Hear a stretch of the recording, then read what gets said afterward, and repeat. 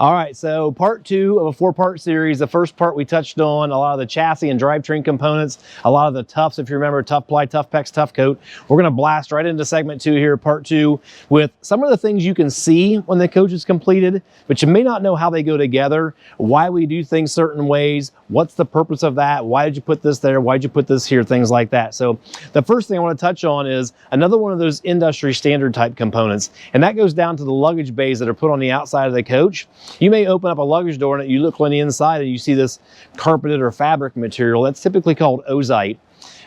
We don't use a lot of that on the outside. It's more mainly used for inside for cabinet liners and things like that. But industry standard is to experiment with those on the outside of the coach because it's efficient, it's less costly, it goes together better, they can put the seams and stuff like that. What we do here is we'll focus on the rotocast components. So rotocast is kind of like a spun system. It's a composite material put in a mold and spun to get all the air bubbles out to create a feature such as you see here.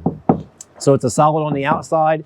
It has ridges on the inside. You can come on around. This coach is still obviously in production. There's no house up here, so we're going to see shavings and things like that that will eventually be cleaned out. But it's a nice thick material. There are typically 3 grades of the rotocast. There's a good, better, best, like there is in most pieces and parts that anybody would use. In here we do use the best system, so it's the thickest material. So let's just say you happen to have something kick up from the road, you catch a chunk of wood in the road or something like that. If it was a thin metal barrier with some ozite liner on there, you could potentially have something go right through your compartment, or worse yet, you'd have all your stuff in your compartment fall out. This stuff is very rugged, very durable. It is used in a lot of applications. One of the applications is probably the most famous is they'll use it in the military when they do drops. They'll build those containers out of a rotocast type material. So something falling from an airplane with pieces and parts on the inside landing. We're not quite going through those kind of rigors in an RV, but you will have the peace of mind to know that these things can withstand a lot. So rotocast components is a great place to go. Something else to talk about are holding tanks. Those are also made of a similar material. Back here we have our freshwater tank. And if you look, this freshwater tank, like in most Class C applications, is exposed. It's exposed to the elements. And a lot of times the great part about an RV, especially a Class C, is the flexibility and the fun you can have by going any place at any given point in time. So how do we prevent that water in a colder climate? Let's just say you want to take a weekend and go to the mountains and do a ski trip. Well, we actually put a holding tank heating pad on the bottom of that. It's kind of tough to see here, but I believe we will get a shot of that from the bottom side of the coach, and you'll see that it has a pad on the bottom. It's hooked up to electricity that has heat provided to it, so it keeps that water from freezing. So that's a great feature in itself. Hey, so we were very fortunate. We've actually found the next coach in line doesn't have the floor set yet on there, so we actually have better access to that holding tank, and we can show you that what that heating pad looks like. Again, that'll keep your water from freezing. Make sure that heating tank's on if you're in cold climates. It just kind of protects the water inside the tank.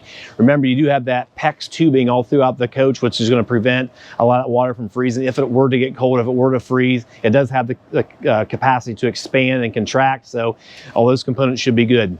Another thing you wouldn't be able to see necessarily from the outside of the coach unless you just see that nozzle and it says black tank Santa flush or black tank flush on there. You kind of wonder where that goes or what that does.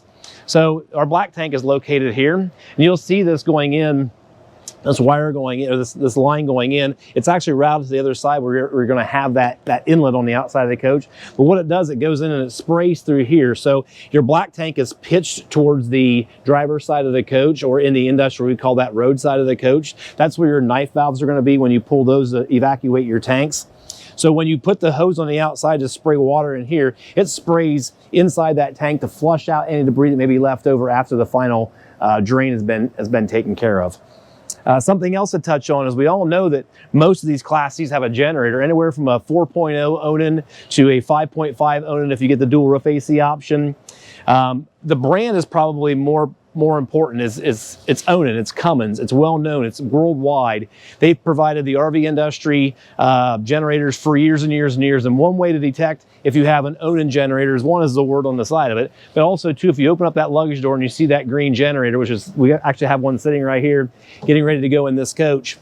This is actually going to be a 5.5, so it'll be the larger one. The standard on the Class Cs are the 4 with the single roof air. The optional is the 5.5 with a dual roof air. Another great feature that we put in these Class Cs, something you may not find is that industry standard as you start looking around and doing your research when it comes to buying your Class C. So another feature that you may kind of just take for granted if the coach that you've purchased has the optional leveling jacks is it's a feature that has a brain located centrally in the coach that tells it if it's level or not, front to rear, side to side. And we offer a 4-point leveling system. So you'll see that those levelers get attached right into a heavy duty bracket that's attached right into that C-channel rail that comes from Ford. So when you have 4 of these, one on each point, one on each main point, they operate at different levels to make sure that you can level the coach up for better performance and you don't feel like you're always walking downhill.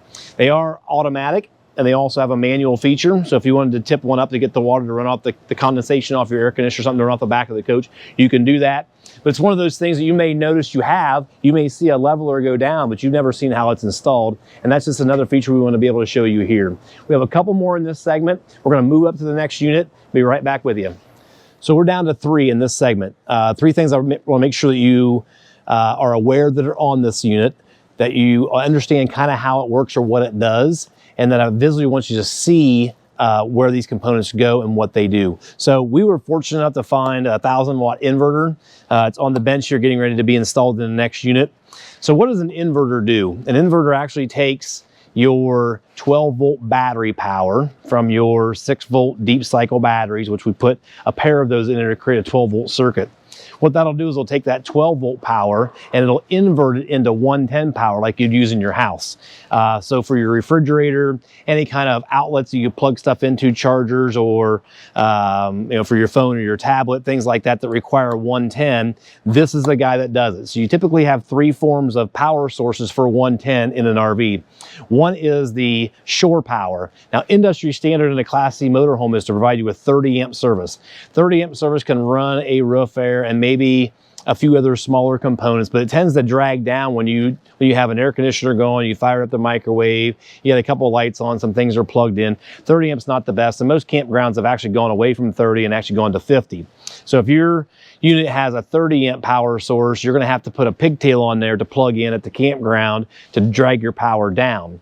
Just the opposite on ours. So since we're not necessarily industry standard, we're going to get you 50 amp service out of the gate. So the 50 amp service coming into the house, teamed up with the 1,000-watt inverter, are going to provide you with great power sources. And then we already touched on the fact that your other power sources are going to be your 4,000-watt or your 5,500-watt Onan gas quiet generator. So there's your 3 types of power.